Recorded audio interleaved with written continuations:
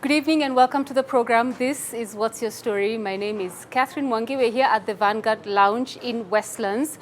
The conversation tonight will run over a series of two shows actually, because we're discussing overcoming trauma. Now, trauma is not a conversation you just discuss over 45 minutes and it's over and we can acknowledge that. However, at least we start the conversation.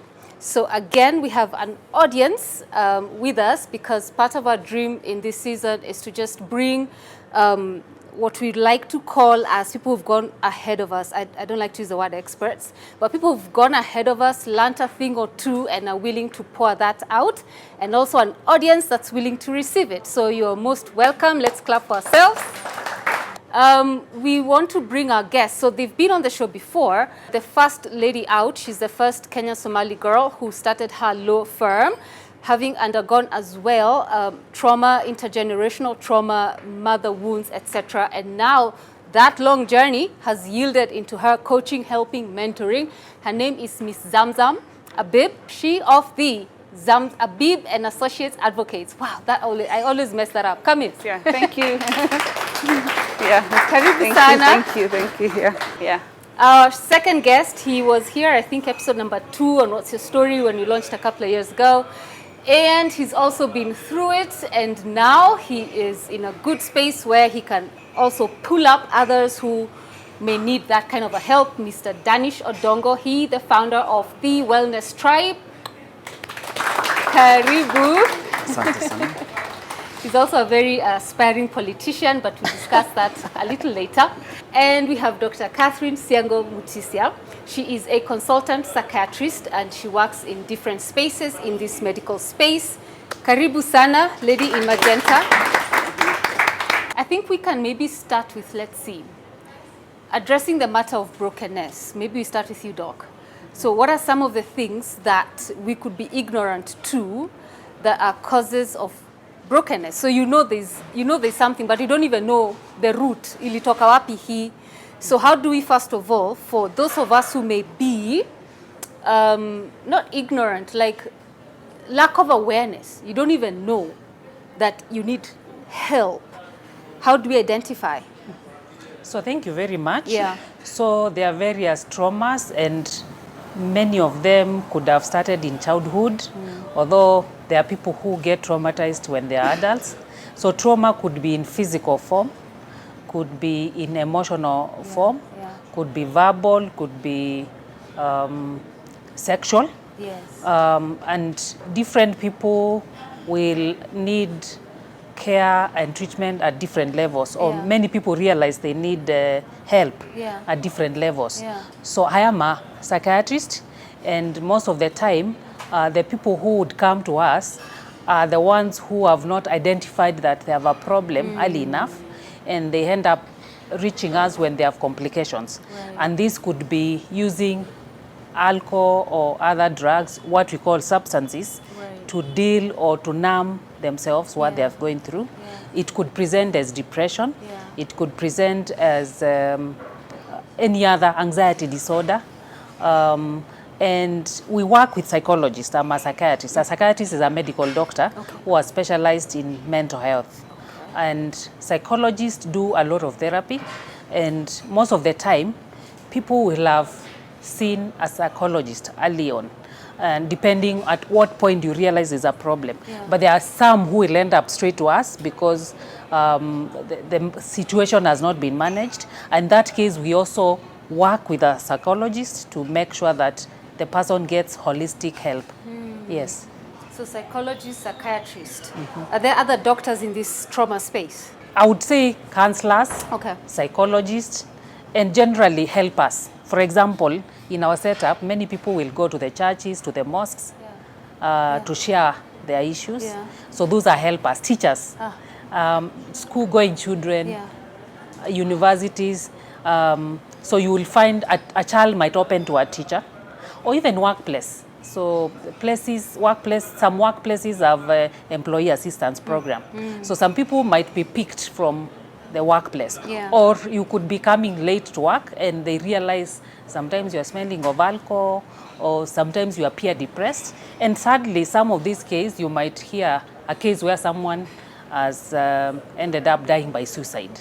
Yes. Yeah, because you have a lot of that, especially now. I mean, since post-COVID, you'd think after a global pandemic, now everyone is feeling okay. But then the suicide rate, the news channels, the media cannot cover them enough because there's way too many.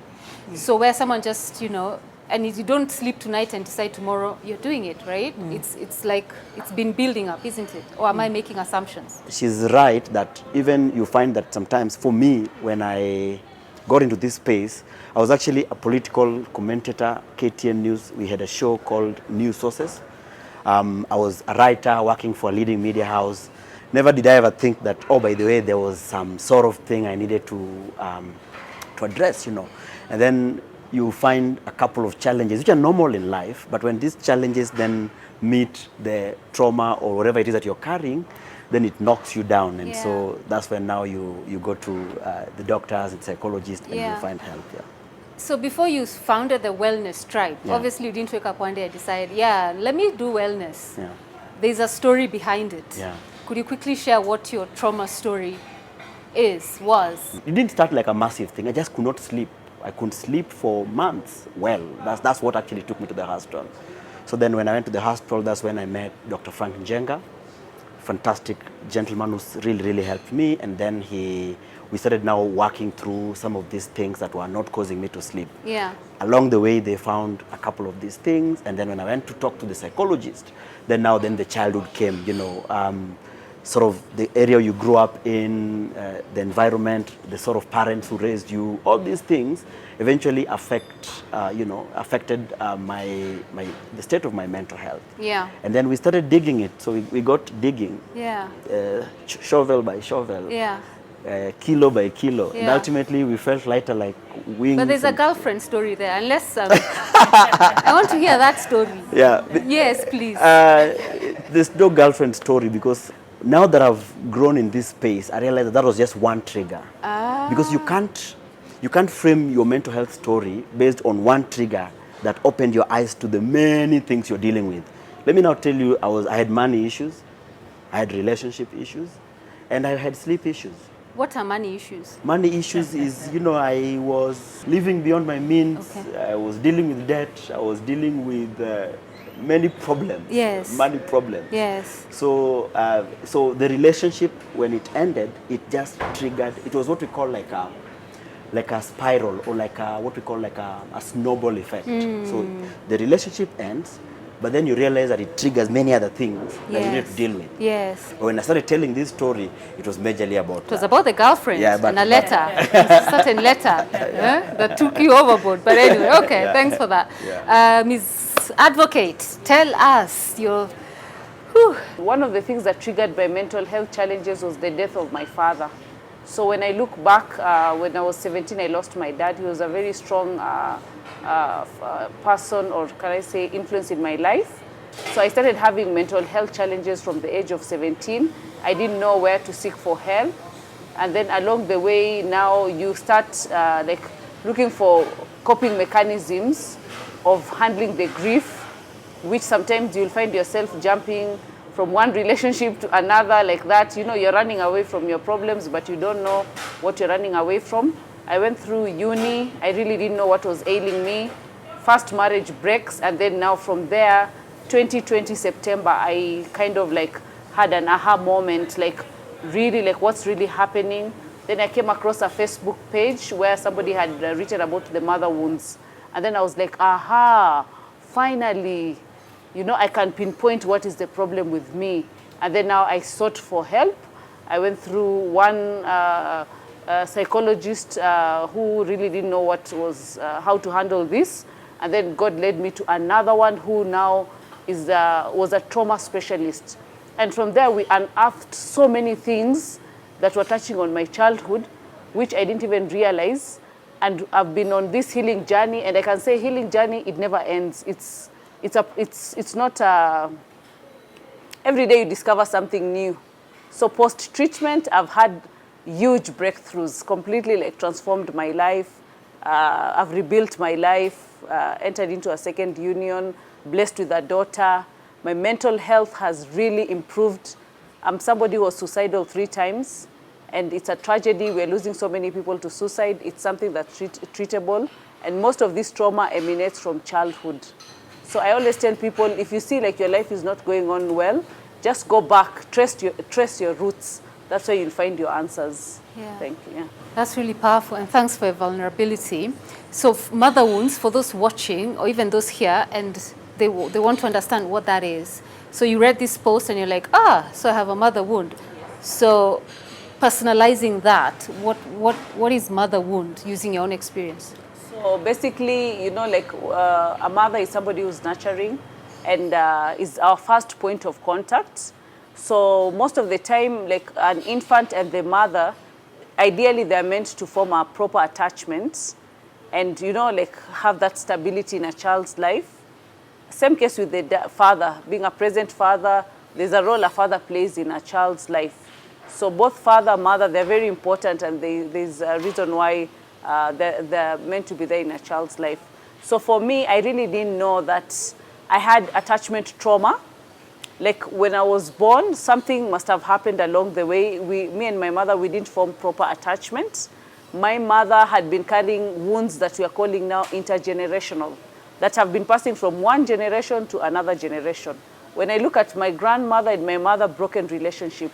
When I looked at my relationship with my mother, broken. And then that relationship was also going to be broken with my daughter. But luckily, I managed to intervene early. And now my daughter, she's 7 years old. We have a fantastic relationship. So what I'm talking about is attachment trauma, mother who's not emotionally present. So I grew up with a mother who was not emotionally available. So you might find yourself, you're attracting even emotionally unavailable partners because you yourself, you're not emotionally available. So then along the way also, because the mother is dealing with so many of her issues and she's not healed, she has so much pain. And that pain, she takes it on wrong victims, I can say, like children now. Like growing up, my mother was very abusive towards us, and it's a hush topic that is now being discussed out in the open. When you have parents who are your first bully, who are abused is like from within the family, but you're so embarrassed, you're so ashamed, you cannot even speak about it. And then because I'm coming from a Somali community, I underwent FGM. Along the way, I don't really remember the age at which it happened. When I started going through this healing process, that's when I realized I had undergone that. And, along the way, when you go through so much trauma, you block your childhood memories. You can't really remember much. So growing up also with a mother who's emotionally unavailable, the mother kind of like neglects your needs. So I grew up, I was a people pleaser, I was a codependent.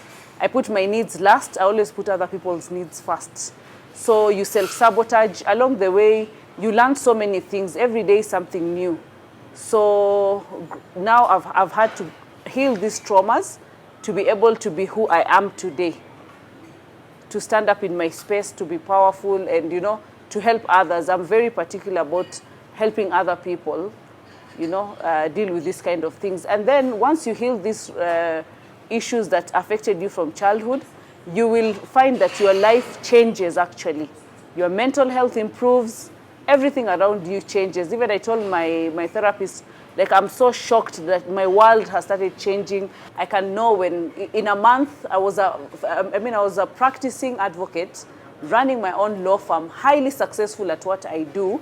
But then I'm dealing with a quiet, silent struggle that within a month I have like between 8 to 10 mental health breakdowns that I'm not even fully able to go to work. So even I realized I was a functioning depressive person. I'm here, I'm working, but I'm actually very depressed. And then I was turning to food to eat and numb that pain. So these are eating disorders also. I'm having to deal with them now. Yeah, so these are things that if you don't change, if you don't identify, if you don't treat, it will wreck your life. It will wreck your personal life. It will wreck your schooling. It will wreck your professional life. So you have to have a holistic 360 view in terms of this treatment, yes. Thanks, Zamzam. So holistic 360. So both of them, Doc, have touched on everything starting from childhood. and they've both talked. Did you see both of them? You used that shovel. You know, it's just a man's world, and how she dug deep. So both of them basically, in fact, even the expressions of, you know, to show this inner work is not surface level. It's things that were from childhood that they had to go back and try to deal with each step by step. They both said that's where it starts. So you obviously have many clients who come to you and you perhaps identify the same. I know we don't have enough time to go into what is the work, but at least even for parents watching, even the parents here, or even aunties and uncles, like I'm an auntie. So what are the things I need to look at? And yes, you talked about anxiety, I think yourself, panic, attack, lack of sleep. I lack sleep half the week, okay? But now when you say that, I'm like, oh, maybe it's a problem. So what are those things a parent needs to look out for in their child so that they avoid those mother-father wounds, you know? And parenting has different styles, but there must be some basic things. Either parents can stop doing or start doing, you get? So, and I'll push that to both of you. So I'll start with you, Doc.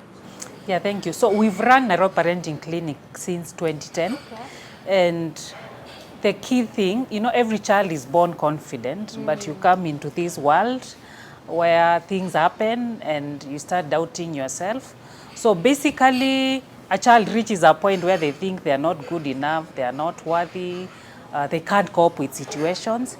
And basically, at Nairobi Parenting Clinic, we help parents early enough, preschool, that even basic things like playing with a child and affirming them. You know, behavior is modeled. And that's why Zamzam says that the trauma could be from what my own mother observed from her mother, yes, because parenting is modeled. So if a parent saw their own parent not able to control emotions, anger outbursts, and just letting it all loose, then they are likely to do the same. Yeah. So basically, we teach parents how to bond with the child.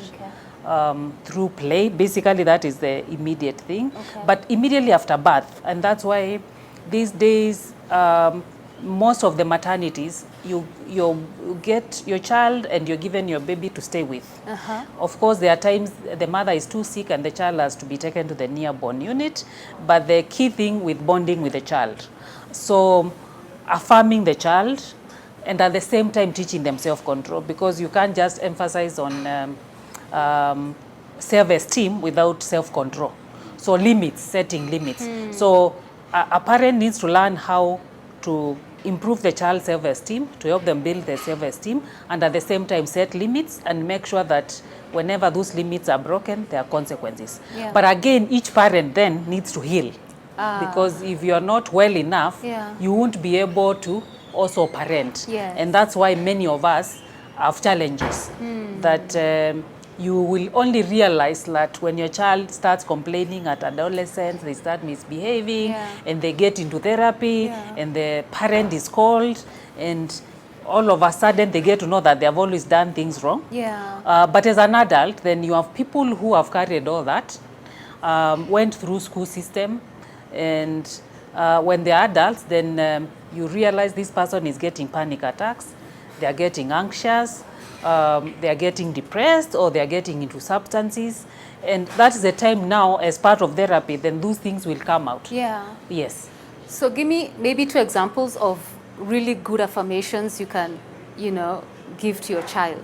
No, simple things like when a child does the right thing, even when they're working on a puzzle, right from 2-year-olds. Oh, you're staying patient, you're doing it very right, you're just praising what they are doing. When a child returns a cup to the kitchen, you praise that. And of course, you set the limits and tell them, no, this, you can't do this, you can't this, and there are limits. When they throw tantrums, you know, right from the age they are throwing tantrums. Their tantrums you ignore because they want your attention, but the attention rule says that a parent should give their own child attention when they are behaving well, so that the child doesn't have to misbehave to get your attention. Now, the problem is we are too busy on our phones and work and electronics, and you'll only give your attention to the child when they misbehave. So the child learns, I want mommy's attention, then I misbehave. I want daddy's attention, then I misbehave. Sometimes parents who are not grown up, because you might think you're 40, so you're married, you think you're an adult, but you're really a child. So then your children are forced to parent you. So you know they're the ones who are intervening in your conflict, you know, umefuria mke wako or your husband. Then is a child who's now forced to, you're putting too much weight on a 14-year-old to intervene and to be a parent and to parent you. Or, you know, your moods are so all over, it's your children who have to be forced to try to walk on eggshells and figure out, is today mommy happy or is today daddy happy? You know, it's too much. So for me, I just say a very practical thing. If you're not emotionally okay, wait, don't get children, because children are not a trial and error sort of thing that you get and then you figure out, you know, the way we say in this country that kaende. When it comes to children, kaende does not work. You're going to have to think through really hard about whether you really are emotionally capable of raising another human being, so you don't pass your own dysfunction onto them. That's number one. Number two, powerful. It's very important that now that you're a father, do not try to say things that are ignorant, like, oh, us we were beaten, but we turned out okay. How do you know you turned out okay? What is the yardstick of turning out okay? You know, here you are an adult and you still are soliciting for likes on social media. So when you get one like, you delete your post and you think you turned out okay. Or here you are constantly fighting with your wife, fighting with your spouse. By the way, sexual gender-based violence in this country is a tragedy, and we lose about 64 billion shillings according to the Gender Equality Commission, and a huge chunk of that is because of ill mental health or unaddressed mental health challenges. So you come from work with your own trauma, with your own baggage, then you dump them in the family. Your wife also brings her own, then it's now adding fire into light. And then last but not least, our generation will be judged harshly than our parents' generation. So our parents' generation did not have TikTok, they didn't have Instagram, they didn't have YouTube. You can't stay ignorant and say, I did not know. I mean, there are so many YouTube channels. There's so many doctors available. All you need to do is just Google. Even Strathmore University runs a parenting class that starts from young professionals.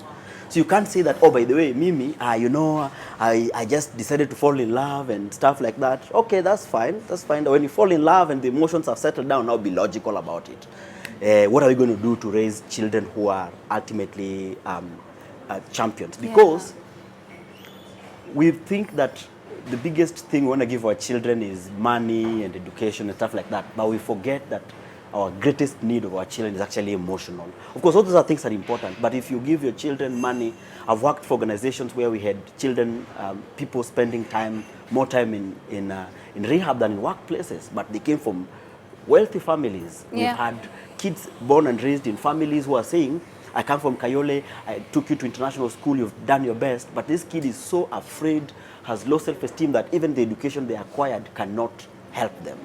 So my punchline is that kaende should not be a motto in parenting. Just be very intentional. Yes, Doc. Allow me to chip in there. There's something we call inner child reparenting, where if you discover that things are not okay, your parents might not be able to give you what they didn't give you. In any case, you have to accept whatever happened and you can't change. Even if you get into therapy at 30s, at 40s, you can't undo what was done. So there's something called inner child reparenting, where at 18 or at 30, I would not be expecting my parents to be the ones giving me what I missed, even though they were the ones who were supposed to give it to me. So then everybody needs to get into therapy and now reparent yourself.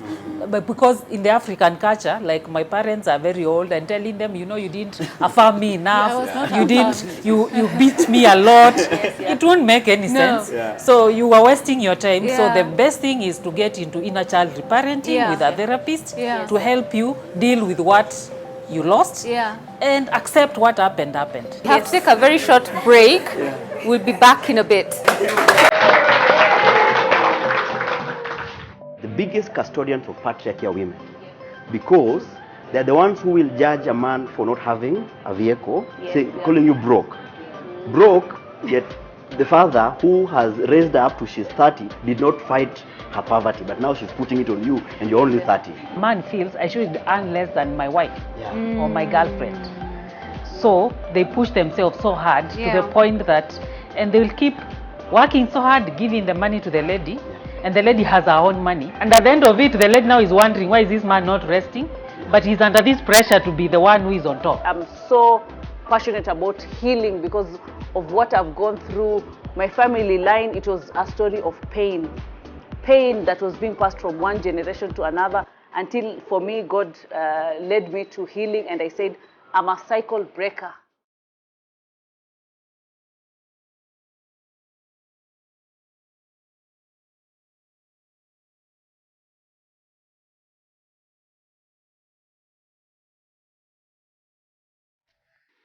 You are watching your favorite show, What's Your Story, on KTN Home with Catherine Mwangi. And today we are having an important, quite an insightful and thought-provoking conversation, which is overcoming trauma. You don't want to miss what is coming up. I'm Pitster.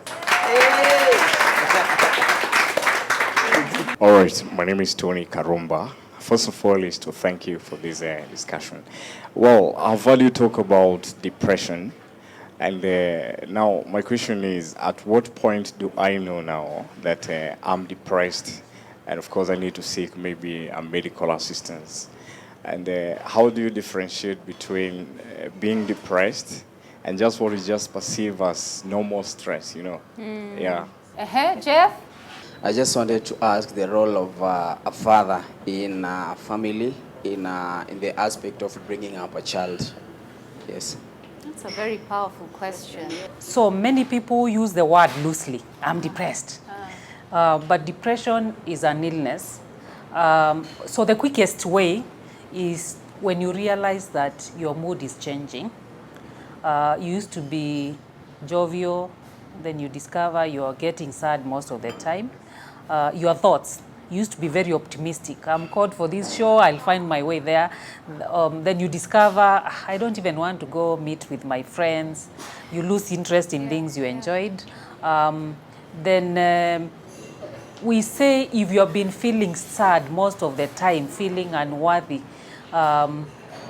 for 2 weeks. So it's not loosely that when there's a disappointment, then you say I'm depressed. So depression is actually a criteria where you've struggled with feeling hopeless, feeling unworthy, feeling sad, all this going on for at least 2 weeks. That's clinical depression. But all the same, we talk of good mental health, that you're able to reach your potential. So if you're supposed to work, you're able to reach your potential. If you get a stressor, because there are stressors in life, then you're able to adjust to those stressors. And being resilient. Whenever there's a problem, you can pick up and move on. So anything outside good mental health, then you need to seek help from the nearest source. But depression is treatable, and the earlier you catch it, the better. You'd rather have therapy and be told you're okay. This is just an adjustment disorder. You're adjusting to this. We'll discuss with you ways of adjusting to this new situation. Yes. Okay. So 2 weeks, and you're still in the same state, then you start knocking on doors. So for me, I lost interest. So I was a writer, but I was really struggling with writing. Writing was something that comes really naturally to me. I'd stay in the house, I'd leave work on Friday, and I'd not leave the house until Monday when I'm going to work. All that time, the windows are done, had no energy. I was extremely low. Mine went on for a long time because I did not believe that I could be depressed. How can a son of Kano from Kisumu be depressed? But that's the reality, that depression does not care whether you're a man from a high social class or whatever social class, gender, age, race, educational level. You can be a degree holder, like our friend from Zambia, or you're a non-degree holder, it's fine. Depression knows none of that, doesn't know any of demographics. So, but the good thing is that when I went and I found help, there was great improvement. I really found myself back. Sorry for cutting you short. Right. I just wanted to add something on top of my question I had asked. We had asked earlier the role of a father in the upbringing of a child. Then I wanted to ask this also. that how does culture and tradition affect bringing of a child? Yes, thank you. Great question, because she's a perfect one to... Yeah. So my father had married before. So he married a lady who had come with a child, and then they were blessed with 3 daughters. For one reason or the other, that marriage failed. Then my father, he moved to the next marriage. So in this marriage, he's dealing with kids from a previous marriage, 3. So growing up, I used to see these kids being sent, and they are like verbally insulting him. I was a child, I used to wonder like, what's really happening? Looking back, I'm like, oh, my dad was dealing with so much dysfunction and chaos. So those kids were left with my mom for some time, and then the mother came to take them. That dysfunction continued, and it affected those children, by the way. To date, they're in Sweden, they don't want anything to do with, they didn't then even want to do anything with my father, who's now deceased 23 years. Then my father jumped, as men normally do. You leave another marriage, you jump into another marriage, you've not healed. When I look back, I mean, the generation of our parents, they weren't self-aware. And being a Somali man, I mean, like, patriarchy favors them, you understand? I mean, he's the king, like, he's unbothered, more or less. Although my dad was very, like, a soft person, I would say. He was born in a patriarchal environment, but he was not that kind. So he tried to rebuild his life, and got my mother. In Somali community, we have clan dynamics. In Kenya, we are dealing with tribes. Us in the Somali community, we're dealing with clans. That's why you see when Somalia is fighting to death. So the clan dynamics now, slowly by slowly, my mom gave birth to 4 girls. Daughter, daughter, daughter, daughter. Coming from this kind of patriarchal background, it's really like a taboo subject to give birth to daughters. It's like, who will inherit my name, because the name is passed through the son. Clan interferes, my dad now is brought for another wife. Are you seeing these dynamics? Fights erupt at home. I can tell you, looking at my life, it was just dynamics of fighting, fighting, fighting. I became hyper-vigilant. I could read the mood. Then you're there, a parentified child. You're there intervening between fights between parents. You understand? For me, school was a safe space for me. Like, I would just want to be in school. So despite all this chaos and everything, my father, he was a very present father. He was emotionally available for us. He tried the best he could. So despite these dysfunctions of back and forth and everything, he was there. So a father plays a very important role. Let me come to that. He affirmed me, validated me. He was present. What my mom did not provide, my father provided. For me, I had a father and a mother. And I knew whatever happens in this setup, me I'm living with my father. Kids do know, actually. Like, between the parents, they know. Me, whatever happens, I'm living with my dad. And I made it very clear. So a father plays a huge role in a child's life. Let's not undermine that. And for me, like, I started having challenges because after my father died, that's when I started having mental health challenges, because now the stability was missing. My father used to take me to school. My father used to take me shopping for clothes. My father, you know, I used to even confide in my dad. I remember even there's a time I confided in my dad. He's like, hey, is this my stepmother? Then my dad laughed. He's like, no, no, no, this is your mother. I told him, no, you're kidding. This is not my mother. So you see now, you even when you're an emotionally present parent, you even win the confidence of the child to be able even to come and tell you certain things. That relationship has to be nurtured, has to be built for the child to be able to confide in you. So when I look at my background, culture played a huge role in terms of this polygamy crisis that we are seeing today in certain communities, like the Muslim communities, where the man is like, you're allowed 4. So you're just here, marrying, divorcing, marrying, divorcing, marrying, divorcing. You're leaving children from here to Tokyo. You see, like, Canada, everywhere, you know, fatherless children. This is a crisis happening in the Somali community as you speak today, of single mothers, fatherless children, parentified children who have to help the mom take the, like, you understand, like, raise the older sibling to raise the younger ones. It's a huge crisis. So culture plays a huge role. I write about all these things. I'm somebody who's very vocal about patriarchy. I'm trying to fight it. I'm trying to break barriers. I'm trying to create awareness about it. I'm so passionate about healing, because of what I've gone through, my family line, it was a story of pain. Pain that was being passed from one generation to another until, for me, God led me to healing, and I said, I'm a cycle breaker. You understand? It ends with me. Let the generation coming after me to be free, to write a different story. Yes. Yes. Yeah. You are laughing on all the father male points. Because, Yeah. so when is Father's Day?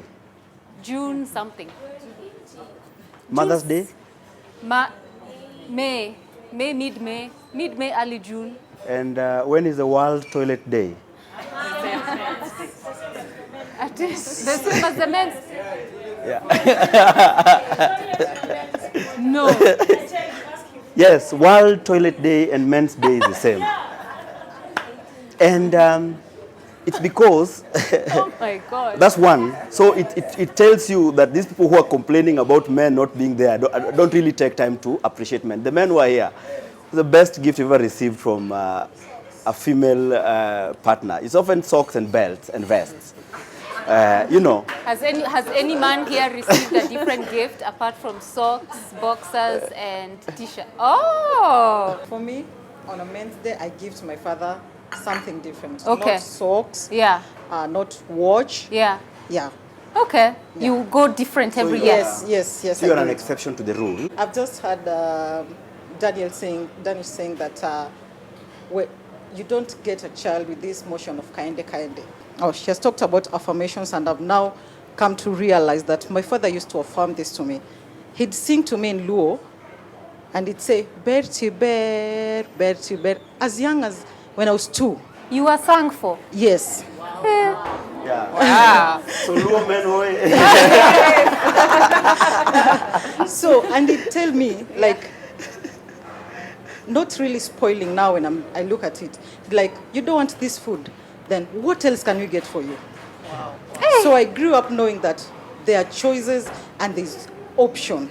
Wow. So for me, if you come into my life as a guy, if you treat me this low, no, I'm not there. I'm there. Yeah. And I was placed there by my dad. Yes. So for every other guy who is here, Yeah. these ladies you see doing things around, it's because maybe something happened, just the way she has said it, down here. Yeah. So for any guy, the way he has said it, get your child, nurture them down here, such that when they go up there, something will not happen, something will not train. Because for me, if you come and tell me you are not beautiful, but my dad used to sing to me. Yeah. Hey, you are thankful. Your standards are very high. Thank you. I'll put that on my Betty list. Bed, you're beautiful. You better be singing. Yes. I'm not So finish your point. Yeah. Finish your point of socks, toilets, and t-shirts. So my point is this, that globally, research has not been done a lot on the role of fathers in how the well-being of the society. That's why even in custody cases, it's as recent as 2 years ago that now you can have child custody as a man. Before that, it was perceived that the primary caregiving would belong to the mother. So I'm glad that there's a lot of work. So, but I want to challenge the women who are here. The biggest custodians of patriarchy are women. Because they're the ones who will judge a man for not having a vehicle, calling you broke. Broke, yet the father who has raised her up to she's 30 did not fight her poverty, but now she's putting it on you and you're only 30. So she wants you to fight her battle.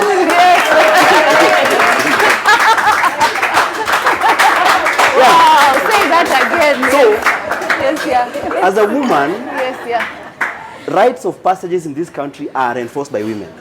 They are important, but they are enforced by women. For example, in my community, if you don't build a Simba, it's very hard to get married. That Simba needs money. In other communities, there are many other rites of passage that they go through. So unless women themselves unlearn some of this toxic masculinity that they put on men, men will continue to build bigger watches to attract better mates so that then they can go and flaunt and stuff. So a man will go into debt to get a bigger car, he can get a better woman. A man will go and get a bigger house somewhere in Kilimani here, he can't pay that, but because he wants to attract a certain type of a woman. So we ought to, because society is very interrelated. When we don't talk much about wellness of men, we don't see how that spills over into the lack of wellness in our community. Wow. When we don't talk about men and decent work, because the biggest reason why men are actually violent, but the sexual gender-based violence is something that came with a normal work. When the white man comes, the huts and stuff, and men are forced to go and work, then they are beaten, then they are dehumanized. Then eventually they come and they pour that on their wives, on their children. So I want to talk to the feminists in the house that we gotta have to build a coalition that sees the problem as one. The problem is not the man, the problem is not the woman. The problem is a system that wants to dehumanize the man, then the man dehumanizes the woman, then the woman is bitter, the woman then begins to form alliances that then fights men, then the cycle continues, and then out of that, we have all low self-esteem, we buy things to feel better, and the person who benefits are the owners of capital in Europe and in the US. That is the problem. So we've got to define that problem very, very well. Doc, I saw you laughing. Yeah. Could you expand on that point? Because I know you have a point. A lot of emphasis is now coming up about the boy child, because we've reached a point where the girl is empowered. Yeah. The girl is now, if you go to the universities, even medical school, you find many girls who are persistent and working very hard. But slowly, the man is being given very high standards. And the other day we were discussing with other women that they are wondering why, we were wondering why some men are working themselves so hard. They have no time to exercise, they have no time, but it's the pressure. So let me give you an example. Like a man feels I should earn less than my wife or my girlfriend. So they push themselves so hard to the point that, and they will keep working so hard, giving the money to the lady, and the lady has her own money. And at the end of it, the lady now is wondering, why is this man not resting?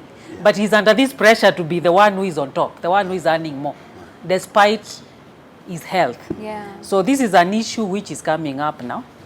And I think we need also to harmonize the discussions, the culture. And a woman will come and say, why should I buy a man a meal? Why should I pay rent? And yet you're earning the same.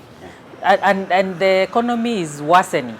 So where do you expect this man to do miracles? Where does he get this extra money from? He must be a miracle worker. This man must perform miracles. Why do women have that expectation? It's cultural. Part of it is culture, and part of it is also selfishness. Because you'll see men going into debts, trying to pay fees, trying to pay rent or mortgage.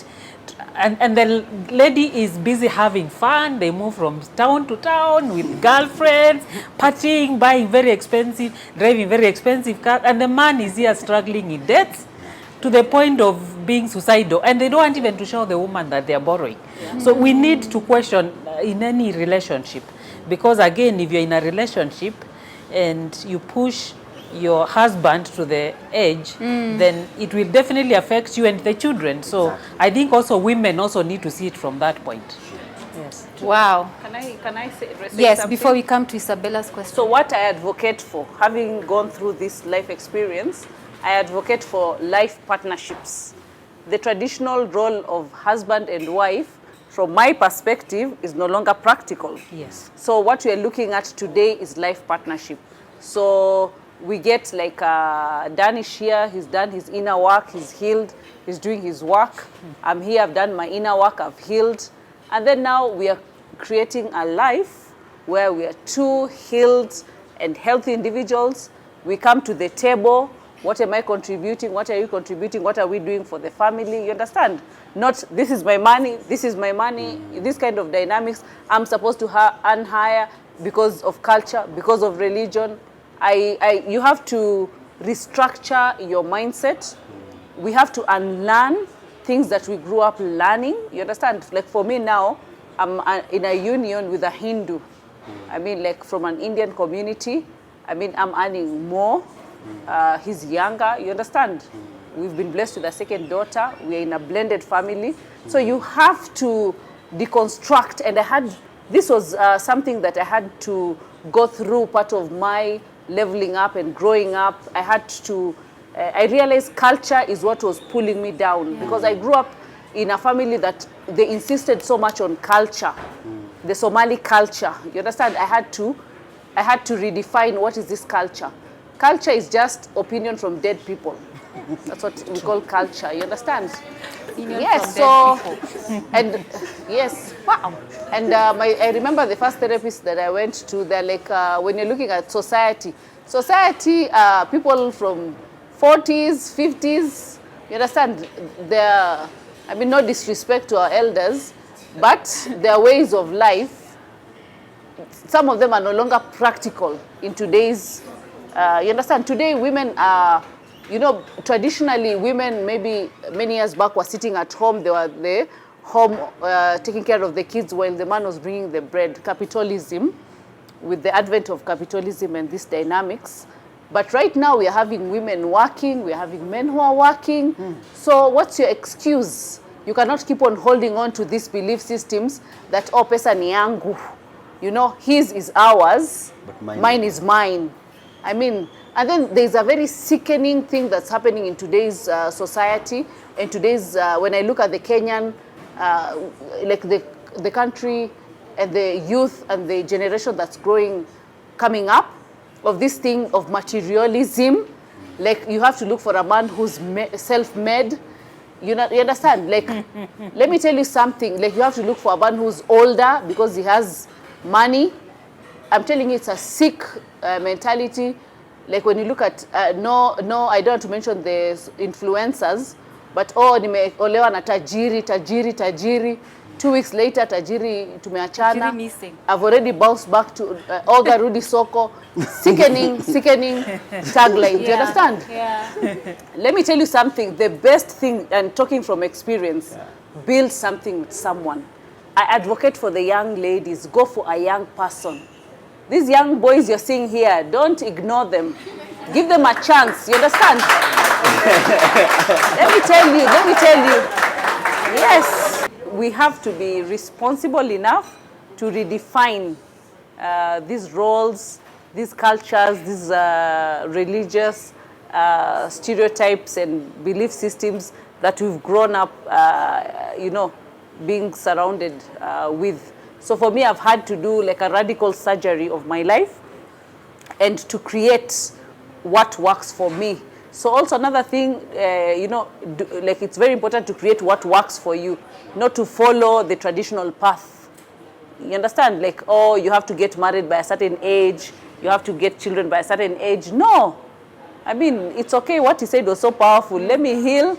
Let me be able to attract a good partner. Even if I'm 50, it's fine. It's not the end of the world. Yeah. You don't want to be having, to be a baby daddy. You know, you're sprouting children in all estates of Nairobi, and then fatherless children, you understand, passing the trauma from one generation, you know, to another. Yeah. So healing starts with us. We have to be very deliberate about it. Once you're ready, then the path opens. Yeah. You'll be able to find what works for you, and you heal. Right now, I'm focusing on my financial wellness, on my mental health, on my family, on my boundaries, on the things I want. My father died when I was 17. 3 months before he died, he gave me the family mantle, skipped my mother, skipped my firstborn sister, gave it to me. Listen to other people's opinion is equally important. Analyze and make your own decision. She went and bought, I think, medicines for pressure. Sadly, right now as we're talking, she's 6 feet under. We are so grateful you joined us tonight on this first conversation on overcoming trauma. Now, if you have questions, the number is 22151. It's free of charge. Send us an SMS. Next week, we continue with the same conversation. We see where this leads. And obviously ask our panelists, as Dr. Catherine Danish Odongo and Zamzam Abib, how do we find help? And especially if it's given also free of charge, eh? So tune in then. For now, thank you again to the Vanguard Lounge for according us the space. Your space is beautiful. We have had a good time so far, and we thank you for this partnership. Come over here. It's along Westlands Road, Pramuk Towers. It's just right next to Stanchart HQ, and you won't miss the opportunity for a beautiful audience, great meal, great reception. Everything about it is super exquisite and classy. So next week, part 2, overcoming trauma. What are the triggers? What are the laws around it? How can you be safe? How do you feel you've been helped? There's all of that we'll cover. And until then, take care of yourselves and God bless you.